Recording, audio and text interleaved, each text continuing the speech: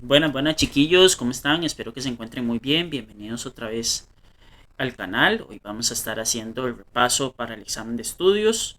Me van a disculpar la hora, pero hasta ahorita pude grabar. Entonces, porque tuve que hacer todo el material y pues después subir el video. Voy a tratar de hacerlo lo más breve, lo más conciso posible y tratar de aclarar todas las dudas que tengan ustedes de cara al examen de estudios sociales. Pero sin más que decir, primero, decirles que les tengo mucho aprecio y empezamos con el repaso. Vamos a ver. Bueno, chicos, lo primero que estuvimos viendo fueron los estudios de caso. Bueno, para analizar estos estudios de caso hay puntos claves. El primero que está acá es el estudio de caso de Ciudad de México. Ciudad de México tuvo en 1985 uno de los eventos más importantes que han existido durante ese país. Es lamentablemente una fecha bastante fatídica para los mexicanos y que más o menos en un periodo entre 20 o 30 años hay temblores o sismos bastante fuertes que se convierten en terremotos. Puntos claves para entender esto.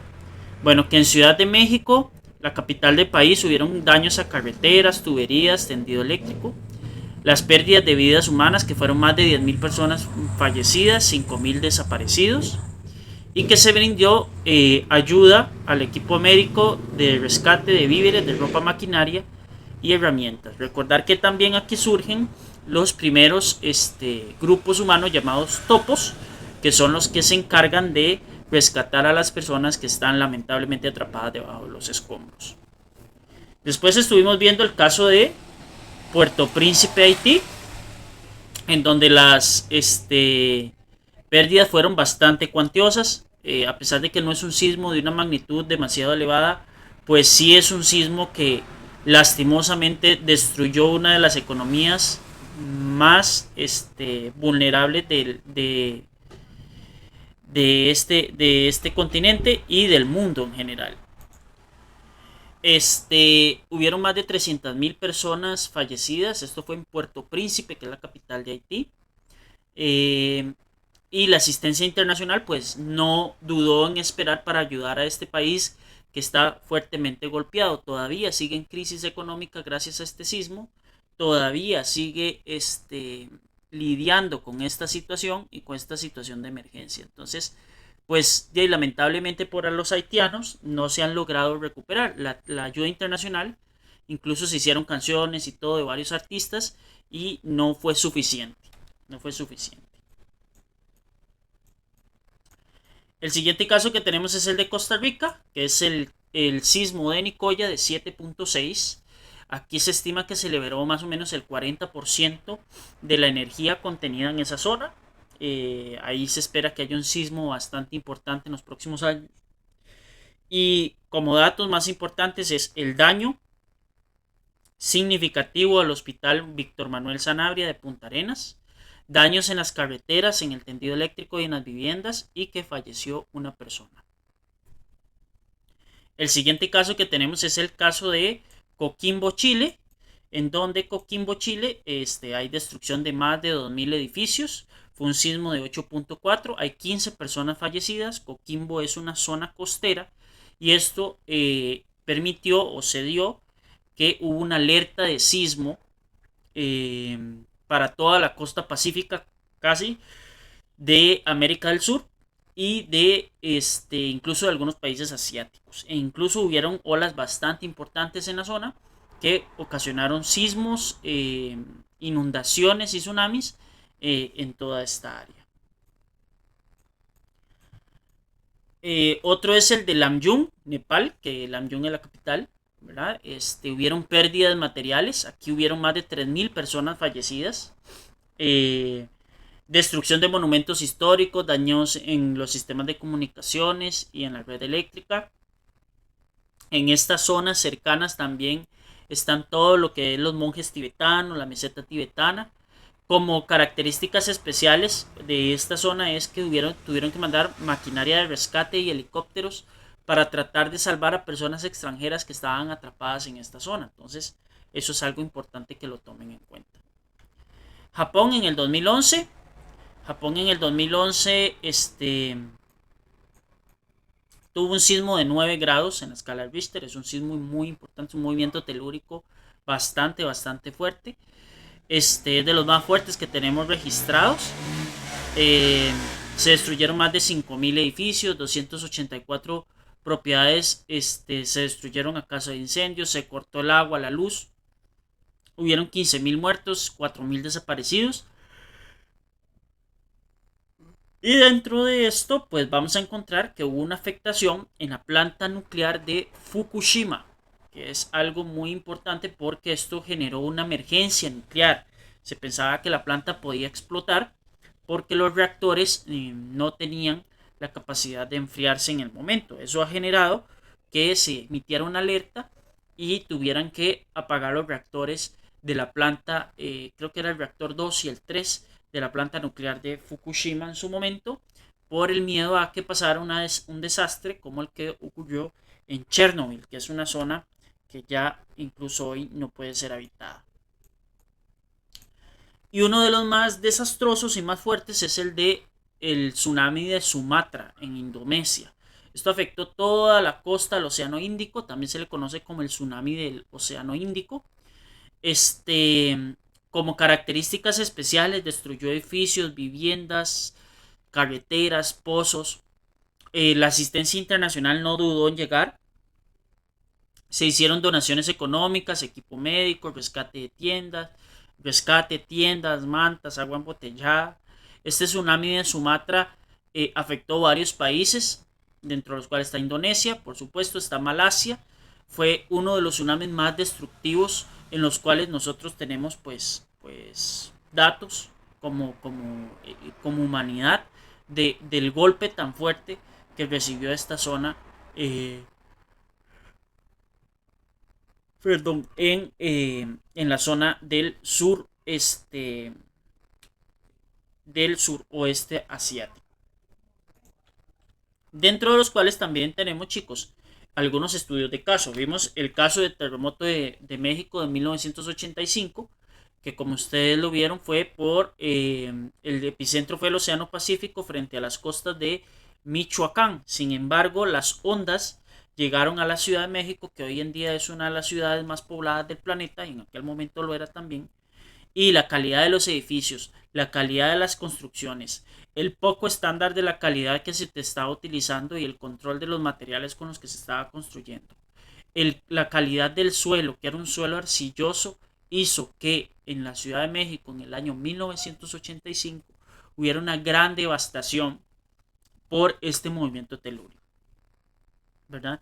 No habían instituciones dedicadas a la prevención de desastres, no habían planes de emergencia, un montón de situaciones que pudo haber salvado una gran cantidad de personas. He ahí el detalle de por qué hay que estar preparado ante estos eventos. Después tenemos que gracias a este sismo se creó un sistema que se llama Sistema de Alerta Sísmica Mexicano, que se instauró en el año 1991. Él monitorea la sismicidad y la costa del Pacífico del país e incluso le puede decir a la población que hay un sismo fuerte unos segundos o unos minutos antes de que ocurra el movimiento.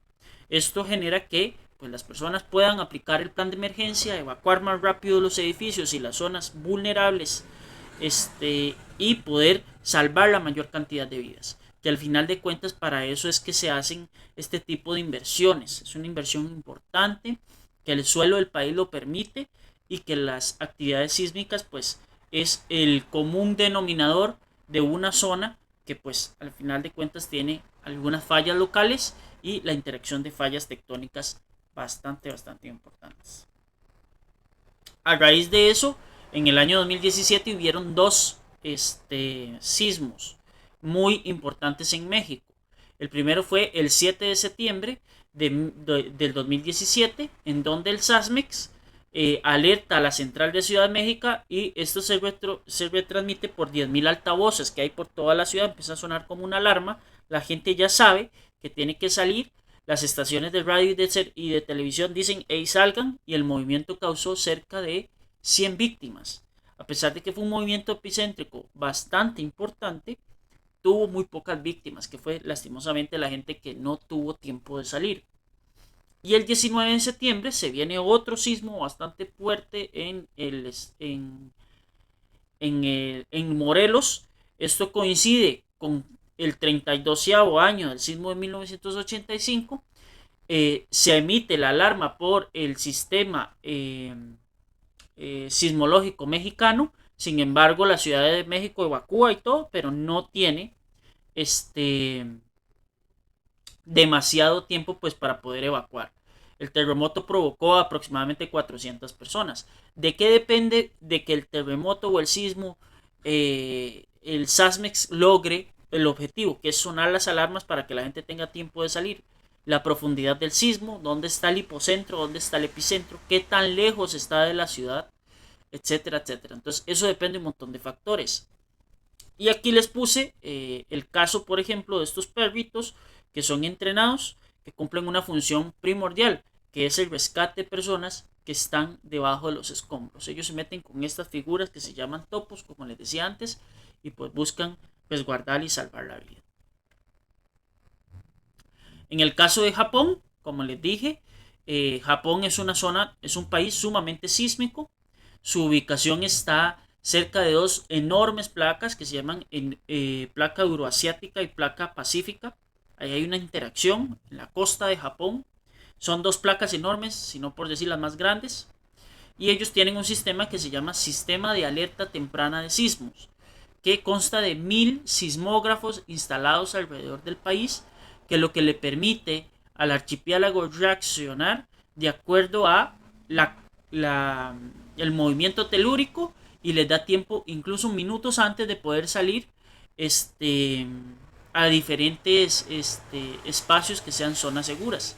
Esto que ustedes ven atrás, estos edificios que se están construyendo actualmente, como este de Varilla, es un edificio antisísmico. Japón invierte millones de dólares con el fin de que sea la mitigación, la adaptación, un tema de todos los días, y que estén listos para cualquier eventualidad. En el caso de Chile, tenemos la ciudad de Coquimbo, que es una ciudad portuaria. Chile también es un país muy expuesto a sismos por su ubicación geográfica, por la activación de las placas también Nazca y Pacífica y Suramericana, perdón. El terremoto del 2015 fue de gran magnitud y generó un tsunami con olas pequeñas de 2 metros, pero sí se inundaron varios pueblos costeros y sí fue un evento bastante traumático. En el caso de Costa Rica tenemos dos sismos. El primero es el sismo de Nicoya, que hace que en el año 2012. Esto se va a dar por la subducción de la placa Cocos por debajo de la placa Caribe. El epicentro va a ser 10 kilómetros al sur de Sámara. Y es un sismo superficial porque el golpe que da la placa tectónica es muy cerca del suelo.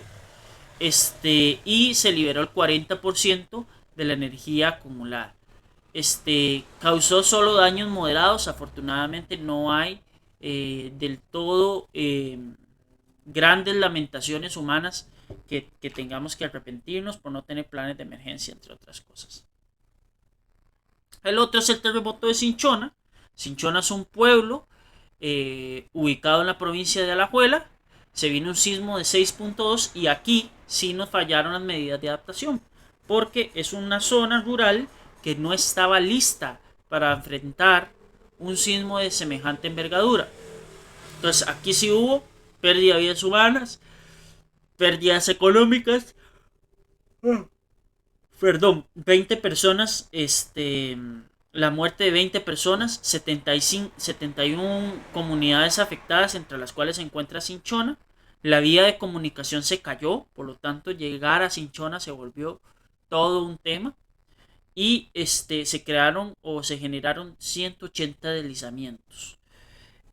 También tuvo una afectación en una fábrica que se llama Fábrica El Ángel, que El Ángel fabrica jaleas, fabrica helados, fabrica por ahí unos tapitas de dulce, entre otras cosas que son muy apetecibles y muy vendidas en el país, y que daba empleo a la mayoría de personas que vivía en esta zona de Cinchona. De hecho, quedó tan destruida la zona de Cinchona que posteriormente se tuvo que trasladar a un nuevo centro que se llama Nueva Cinchona. Hay otros casos importantes, hay otros casos que han marcado la historia del país en cuanto a sismos. Y por ejemplo tenemos el terremoto de Limón de 1991. ¿Ok? ¿Qué podemos hacer? ¿Cómo podemos prepararnos para que un evento sísmico o un tsunami no nos tome por sorpresa del todo? Que son eventos pues, telúricos, esporádicos que pueden pasar en cualquier momento. El primero de ellos es construir en terrenos planos lejos de quebradas, lejos de ríos. Utilizar materiales ligeros, que el armazón sea una buena armazón, pero lo que se coloque alrededor sea materiales ligeros para que en el momento en que sí se caen podamos tener mayor probabilidad de vida. Educar a la población de la importancia de conocer los planes de emergencia, la importancia de prevenir los eventos telúricos, sismos, volcanes, entre otros. Instalar y mantener sistemas de alerta de sismos. Aquí se hacen desde 2 puntos. Uno es el OPSICORI. Y el otro es la Red Sismológica Nacional. El OPSICORI está a cargo de la Universidad Nacional y la Red Sismológica Nacional está a cargo de la Universidad de Costa Rica. Y también diseñar una infraestructura vial que nos permita acceder a las diferentes zonas de manera expedita, rápida y sin tanto trámite burocrático. Entonces, las medidas de adaptación son medidas antes de que ocurra el sismo. ¿Okay? Adaptar mi entorno, adaptar mi espacio para poder estar listo ante una situación. Y ya después viene la mitigación, que la palabra mitigación es la reducción del daño que está causando ese sismo. Entonces, ahí vamos a tener planes de emergencia, realizar simulacros constantemente. Hace poco hicimos un simulacro en el colegio. Asegurar el objetos o muebles de la vivienda que puedan ocasionarles daño. Principalmente si ustedes están durmiendo y tienen alguna repisa o algo que les pueda caer en la cabeza y generarles una contusión. Eso hay que ver cómo se cambia. Mantener la calma. Seguir el plan de emergencia. Mantenerse informado y seguir las indicaciones de las autoridades. Básicamente es lo único que podemos hacer. Hay dos tipos de bordes, chiquillos, que hacen que la actividad sísmica pues sea más o menos intensa del lugar donde yo estoy. El primer tipo de borde que nosotros vimos, ¿se acuerdan de la coreografía? Fue el borde divergente. ¿Qué es el borde divergente? Donde las placas tectónicas, como lo muestra la imagen, se van separando una de la otra. Eso va a generar que haya nuevas cadenas montañosas, nuevos lagos en el océano Atlántico, en el centro y en el sur, y eso va a generar pues un cambio en el paradigma de la vida, porque si hay un sismo la gente pues tiene que cambiar y adaptarse de acuerdo con lo que tiene. Después están los bordes convergentes. Los bordes convergentes son aquellos que chocan entre sí, que generan una colisión. Es aquí donde se concentra la gran cantidad o la mayor cantidad de volcanes del planeta. Por esta parte, digamos, más o menos se da por la subducción de placas. Puede generar subducción de placas. ¿Ok? Entonces recuerden que los bordes convergentes son los que concentran la mayor actividad volcánica actual.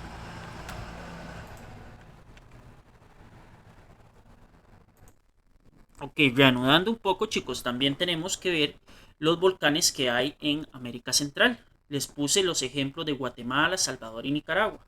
No incluí Honduras en este caso, ni incluí nuestro país, pues por una cuestión de conocer algunos conos volcánicos.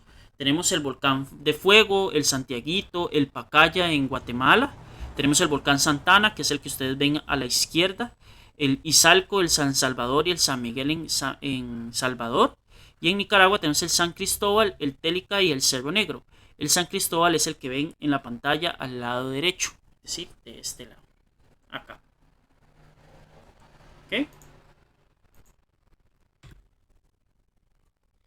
¿Cómo se distribuye un volcán? ¿Cómo se ve un volcán por dentro? Bueno, esta imagen ustedes la tienen en el libro. Es una imagen del libro de Santillana, que es con el que nos estamos apoyando el día de hoy.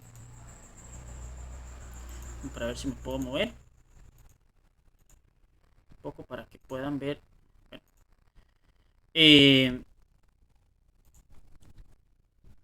opa, ¿qué está pasando acá? Disculpen, chiquillos. Ok, ahora sí. Okay. Los volcanes tienen varias partes. La parte superior, esta que ustedes ven acá, es decir, donde inicia el agujero, se llama cráter. En el cráter es por donde asciende el material, ya sea gaseoso, puro gas, puede ser material magmático que se convierte en lava una vez que sale del cráter. Y tercero, también puede tener cenizas, rocas, piedras, entre otras cosas. ¿Okay? Es muy común que eso esté. Siempre hay una zona de descargo que es donde está la lava y las cenizas dosificadas y solidificadas. Tienen un cono que es la parte anterior del cráter y abajo de eso tienen una chimenea. La chimenea, imagínense, una chimenea de casa, ¿verdad? Que es por donde asciende el material proveniente de la litosfera. ¿Okay? En la parte de abajo tienen una cámara que se llama cámara magmática, que es donde se encuentran pues el material incandescente en su estado más puro. Entonces los volcanes tienen estas partes. ¿Okay? No se les vaya a olvidar. Y hay varios tipos de volcanes. Está el volcán hawaiano, que expulsa lavas muy fluidas. Está el volcán vulcaniano, que se fragmenta en interacción con el agua. Estos generalmente están encima de pozos de agua o cerca hay pozos de agua, lo que hace que haya muchísimo vapor. Y por último está el peliano, que el peliano es cuando la lava es menos fluida, es como más viscosa, como más gelatinosa, y eso genera que a veces hayan tapones, y esos tapones cuando el volcán hace erupción se vuelven muy violentos. ¿Okay? El peliano es una erupción bastante violenta. La vulcaniana se ve muy violenta, pero no lo es tanto porque al final de cuentas incluye agua. Y el hawaiano pues es un volcán, un tipo de volcán más tranquilo. Okay. En Costa Rica tenemos 4 grandes cordilleras en el país. ¿Okay? Entonces, pues para acá abajo. Vamos a estudiar un poco esas 4 cordilleras. Tenemos 2 cordilleras que son volcánicas, que son la volcánica de Guanacaste y la volcánica central. En la volcánica de Guanacaste vamos a encontrar al volcán Orosi, que está más o menos en esta zona de acá, el volcán Rincón de la Vieja, el volcán Miravalles, que está más o menos en esta zona de acá, de donde se extrae energía geotérmica, que es energía poco contaminante, energía renovable y energía que se extrae del calor, del vapor del volcán. Tenemos el volcán Arenal, que no está incluido en la cordillera volcánica de Guanacaste, es una excepción. El volcán Arenal tiene otra formación, tiene otras características, es totalmente aparte. Después tenemos la cordillera de Tilarán, que tiene vestigios de antiguos volcanes como los cerros Pan de Azúcar y Tilarán. Estos se llaman domos antiguos. Posteriormente a eso pasamos a la cordillera volcánica central, que tiene 4 conos volcánicos destacados, que son el Poás, el volcán con el segundo cráter más grande del planeta, es decir, el hueco por donde puede salir material. Tenemos el Barba, el Irazú y el Turrialba. Este último entró en actividad recientemente y antes era muy común ir y visitar el cráter y todo, pero hoy en día pues con la actividad reciente que está presentando pues hay que tenerle cuidado. Ahorita el volcán más activo es el Rincón de la Vieja aquí en el país. De hecho hoy 4 de mayo hizo erupción, entonces están ahí en una constante vigilancia.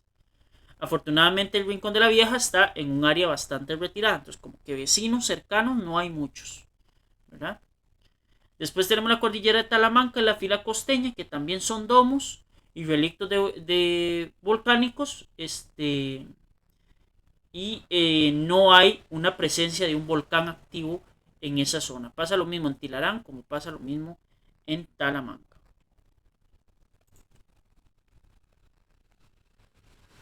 Pero nuestro país no solo tiene territorio en la parte del suelo, sino que también tiene territorio en el mar. Y es todavía más grande porque tiene aproximadamente más de 500.000 kilómetros cuadrados de extensión. Para que se den una cuenta, la parte del suelo del territorio son 51.000 kilómetros cuadrados.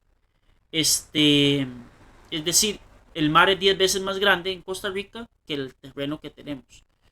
La cordillera volcánica oceánica del Coco es una cordillera que viene por debajo del océano.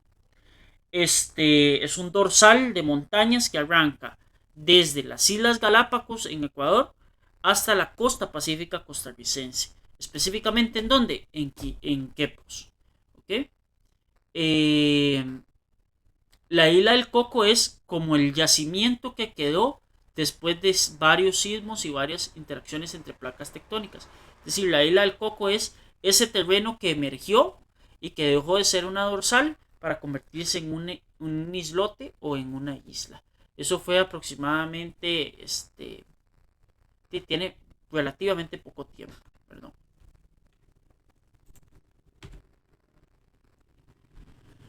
¿Qué tenemos de actividades? Lo más importante, como les decía, son las actividades volcánicas y actividades en general que se hacen en el volcán, por ejemplo, el volcán del Rincón de la Viga.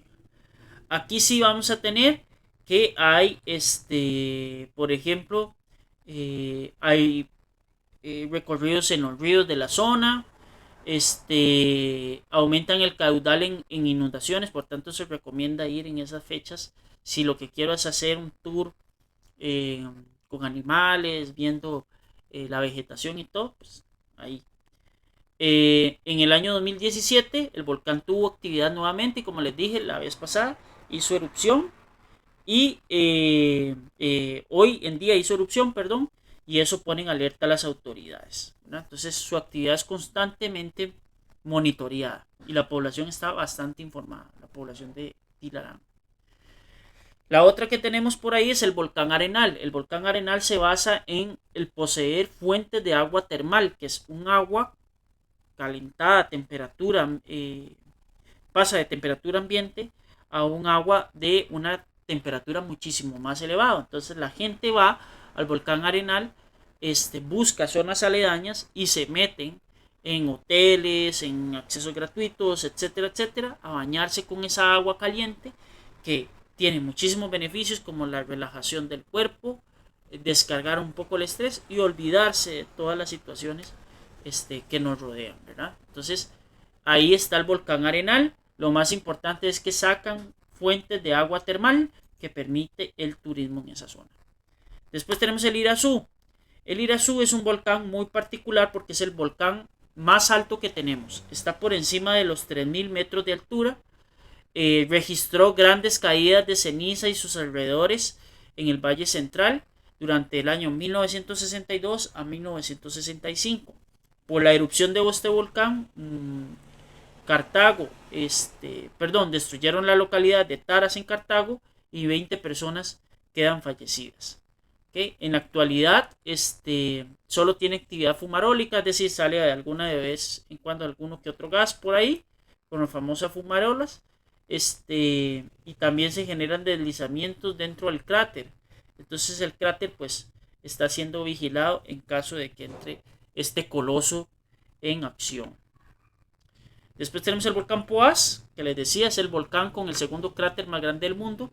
Las actividades del volcán Poás consisten en el sembradío de fresas, en el sembradío de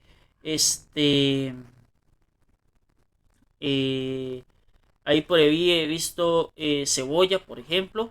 Pero lo más importante de lo por qué viven en el volcán Poás, la gente, la economía se desarrolla gracias a la visita que se hace a el Parque Nacional del Volcán Poás. Eso ha permitido que toda esa zona tenga una reactivación de la economía, que falta muchísimo por mejorar, pues evidentemente, ¿verdad? El volcán Turrialba es muy curioso porque tiene dos nuevas bocas eruptivas con actividad fumarólica, es decir, tiene dos como especies de cráter. ¿Okay? El volcán tenía 100 años de estar inactivo. Se pensaba que era un volcán fallecido, que no iba a tener mayor repercusión. Y de un momento a otro el volcán despertó, se activó y empezó a arrojar ceniza.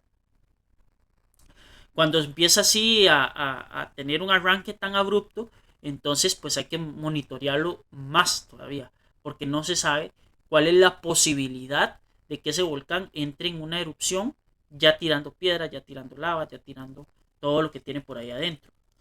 Y el volcán Turrialba comparte la base con el volcán Irazú. Entonces se dice que son volcanes hermanos.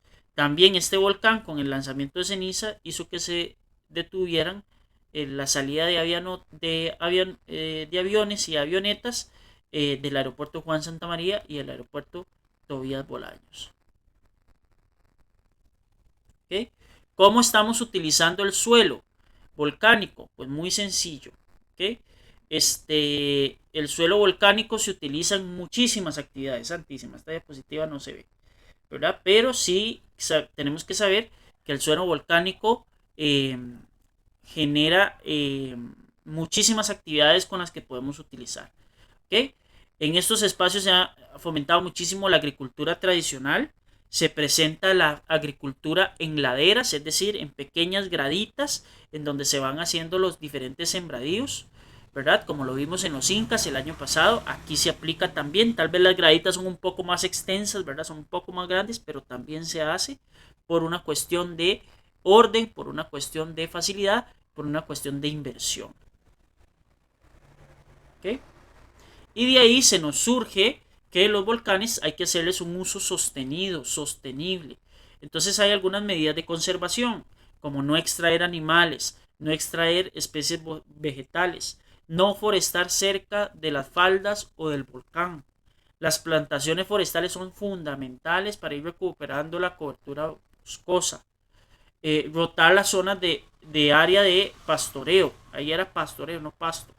Es de pastoreo. Es decir, los rebaños, ir moviendo los cultivos en rotaciones de diferentes espacios dentro de las mismas fincas. Utilizar prácticas de manejo agrícola sostenible, que esto pues lo va a estar hablando más adelante muy probablemente el señor presidente. Y tener en cuenta que utilizar prácticas de manejo agrícola sostenible nos van a permitir pues sembrar un poco más durante más tiempo, más sostenido, y eso nos va a dar mejores productos agrícolas, más saludables y con mejor calidad-precio. ¿Okay? ¿Qué más se hace en los volcanes? Energía geotérmica. Estuvimos hablando de la planta de energía geotérmica fundada en 1970 en el volcán Miravalles. Lo que se hace es que estas pailas de barro hirviendo se les extrae el calor, ese vapor de agua, eso genera vapor, ese vapor se convierte, se presuriza a altas velocidades y se pasa por las turbinas, ¿verdad? Aparte de eso, el ICE genera el 15% de la electricidad de familias nacionales, que son más o menos 400.000 familias, se benefician de la planta de energía geotérmica del proyecto Miravalles, que sí tiene efectos en la atmósfera, sí tiene, pero son muchísimo menores que estar utilizando, por ejemplo, petróleo o combustibles fósiles. En el caso del turismo, también son zonas sumamente bellas de los volcanes, y por ejemplo aquí en Costa Rica todavía más. Entonces el Instituto Costarricense de Turismo, conocido como el ICT, ha abierto o ha colocado a la disposición de nacionales y extranjeros nuevos parques nacionales, dentro de los cuales vamos a encontrar que está el Parque Rincón de la Vieja, el Tenorio, el Poás y el Irazú. Eso ha generado que se podamos observar, por ejemplo, paisajes como los bosques tropicales de montaña, nubosos o secos, vistas panorámicas del mar, por ejemplo, en el volcán Irazú, que hay que tomar con suerte, hay que ir en época seca, ¿verdad? La observación de cráteres enormes como el volcán Poás, el volcán Irazú. Se pueden ver senderos, aves, mamíferos, ¿verdad? Entre otras cosas, aparte de las aguas termales, ¿verdad? Otra cosa que se hace se llaman programas de protección de ecosistemas terrestres. son sistemas que buscan proteger no solo el volcán o el área del volcán, sino también las plantas, los animales, los microorganismos. En nuestro país se protegen sistemas de parques nacionales que son administrados por el SINAC. Muchos parques nacionales pues impulsan este valor de ir, proteger, de cuidar, pero al mismo tiempo tiene un valor científico y educativo demasiado importante. Se puede aprender demasiado de una zona geográfica cerca de un volcán. Tenemos producción de ganadería de leche y de carne, dependiendo de la zona donde yo esté, ¿verdad? Los suelos volcánicos son suelos sumamente fértiles, por lo tanto, permite el desarrollo de estos animales, ¿verdad? También se siembran, por ejemplo, en el Irazú se siembra de todo lo que a uno se le ocurre: papa, yuca, camote, hortalizas, zanahoria, repollo, plantas ornamentales. Todo eso se vende afuera, todo eso se exporta, y lastimosamente nosotros importamos productos que son menor calidad que estos, los compramos por una razón de precio, pero se nos olvida que comprar un arroz costarricense genera trabajo para costarricenses, y así sucesivamente.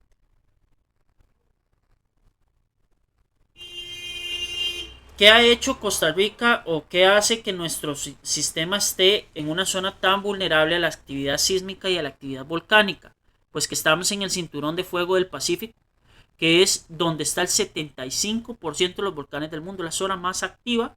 Y aparte de eso tenemos otras zonas que se llaman puntos calientes, que son zonas donde hay volcanes activos con calderas activas y que en el interior están en el puro interior de los continentes. O es una isla, por ejemplo, aquí te puse el volcán Etna y el volcán Vesubio, ¿verdad? Factores que aumentan ese riesgo: los periodos de actividad eruptiva, que no los podemos controlar, no podemos saber cuál es el volcán que va a estar activo en este momento. Los tipos de actividad, qué es lo que me está alertando el volcán. Puede ser que en un momento todo el mundo está dormido, hizo erupción y explotó y se hizo un despelote, pero la idea es que eso no pase. La ubicación geográfica de los colosos, saber dónde están los volcanes, y no es porque se los van a robar, sino porque es cuidar un poco la integridad del turista que anda paseando en estas zonas. Y la capacidad de respuesta de la población, creo que sería los factores que aumentan el riesgo.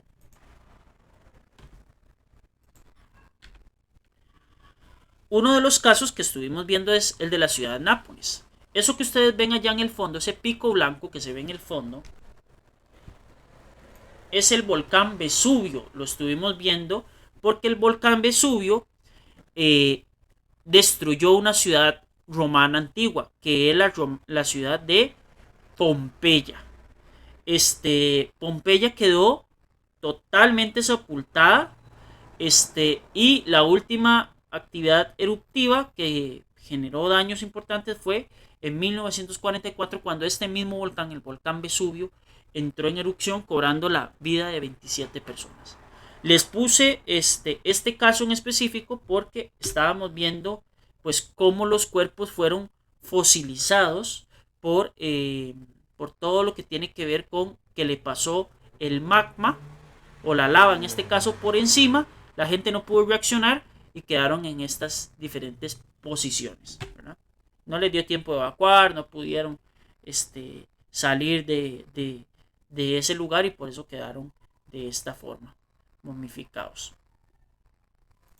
¿Cuáles son las medidas de adaptación? Es decir, ¿cómo adapto yo el entorno para que un volcán no se vuelva peligroso? Primero, realizar estudios científicos, valorar cuál es el estado del volcán, no para evitar que haga que estalle, ¿no? Sino para saber cuándo lo va a hacer. Instalar sistemas de vigilancia y monitoreo, que eso sí se ha estado haciendo, se está poniendo cámaras, cada vez hay más cámaras en los volcanes para saber qué es lo que está pasando. Diseñar infraestructura que permita la buena evacuación, tener buenos caminos, tener varias rutas alternas que permitan que la gente se pueda desplazar. Desarrollar planes de emergencia para zonas protegidas y educar a la población. Nada de esto funciona si la población no está educada.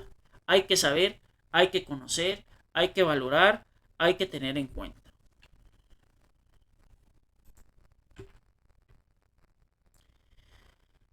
En el caso de la mitigación podemos tener y cuáles son identificar cuáles son los sitios vulnerables, los planes de emergencia familiares y comunales, informar sobre la alerta que emiten las instituciones públicas, qué es lo que dice las noticias, si ya podemos salir, si no podemos salir, vigilancia constante de las zonas afectadas por fluidos de lodo y caídas de lodo, y caída de ceniza, prohibir la visita a los ríos afectados porque a veces los ríos están cargados de un montón eh, de ácidos y elementos químicos que no son buenos para el cuerpo. Y por último tenemos el último tema, que es la distribución porcentual de las fuentes de agua dulce, que vamos a tener que el agua dulce es el 2,5% del agua que hay disponible en el planeta. Por eso es tan importante cuidarla. Tal vez es no sé, el objeto más preciado es el corazón y las venas de nuestro planeta. Nosotros sin agua potable no podemos existir, no podemos vivir. ¿Verdad? ¿Qué ha pasado? La distribución de las fuentes de agua se hace en 3 regiones. La de las regiones húmedas, la de las regiones áridas y la de las regiones frías. Las regiones frías. ¿Okay? En las regiones húmedas son las que estamos nosotros, que tenemos un clima tropical y un clima tropical ecuatorial. Entonces, esta zona llueve muchísimo. El recurso hídrico es bastante abundante, pero no por eso nos podemos confiar. Ya ustedes han visto que hay razonamientos del uso del agua porque los tanques del AIA están vacíos, ¿verdad? Todo lo que se encuentre entre el ciclo, entre los trópicos, el trópico de Cáncer y el trópico de Capricornio, tienen regiones húmedas en su haber. Entonces, sí hay cuantiosas precipitaciones, sí en las crecidas de los ríos se puede aprovechar para otras cosas y las regiones húmedas se llevan ese galardón. Después tenemos el otro extremo, que es la región árida, que es generalmente donde no llueve, ¿verdad? Al norte y al sur de los trópicos. Las aguas subterráneas constituyen una única fuente de agua disponible en muchos de los países y dice que estos se alimentan solo de aguas de sus nacientes, es decir, sin recibir afluentes en su recorrido. Entonces, en las regiones áridas puede ser que haya agua, pero no se está llegando de la manera correcta. Y en las regiones frías, que es la más afectada de todas por este asunto del calentamiento global, es que las zonas cercanas al Ártico le han hecho saber, digamos, a las regiones frías, que estas zonas glaciares se van derritiendo, van desapareciendo los glaciares, perdón, y eso genera de hielo, y el de hielo se convierte en agua no utilizable, es agua potable, de ahí se sacan, por ejemplo, todos los países que son recorridos por la cordillera de los Andes sacan el agua de esta forma, y si no hay suficiente frialdad y si hay muchísimo calor, esto lo vamos a perder, tal cual está ahí. Esos glaciares que ustedes ven ahí son de agua potable y se están desperdiciando. ¿Okay? Acceso y consumo del recurso hídrico en el planeta. En el África subsahariana vimos el primer caso que aparece en países como Mali y Níger. Aquí el problema no es totalmente la falta de agua potable, sino que hay una escasez absoluta de la inversión en infraestructura para llevar esa agua a las diferentes poblaciones que hay en África subsahariana.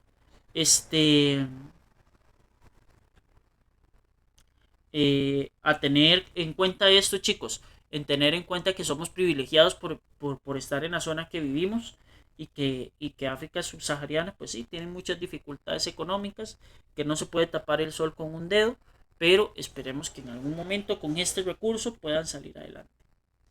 En el caso de Asia Central y Meridional, aquí los recursos hídricos sí son limitados por la cantidad de personas, pero se tratan muy bien, ¿verdad?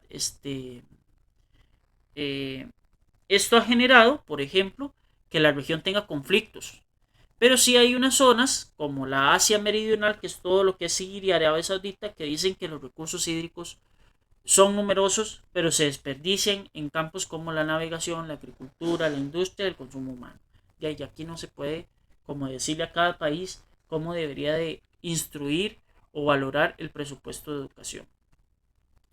Acciones para hacer uso adecuado del agua. Eliminar goteos. Utilizar la carga completa de la lavadora. Lavar el carro utilizando balde. Regar las plantas con un recipiente pequeño durante la noche. Cerrar la llave mientras se lavan los dientes. Todo eso ayuda, chiquillos. Son pequeñas acciones que podemos tomar para que el agua, que es nuestro recurso más valioso, lo podamos seguir aprovechando. Aquí tengo una botellita con agua, así que salud.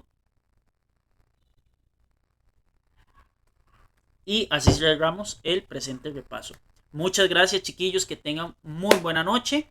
Pásenlo bien, ojalá puedan ver el video. Descansen bastante, cuídense y recuerden que nos vemos mañana si Dios lo permite. Chao, chao. Por acá les pongo las referencias bibliográficas. Toda la información la sacamos del libro de Estudios Sociales de octavo año de la editorial Santillana, de la serie Puentes del Saber, actualizado en el año 2019 como la tercera edición. Muchas gracias, chiquillos. Ahora sí, cuídense bastante y que les vaya súper bien. It's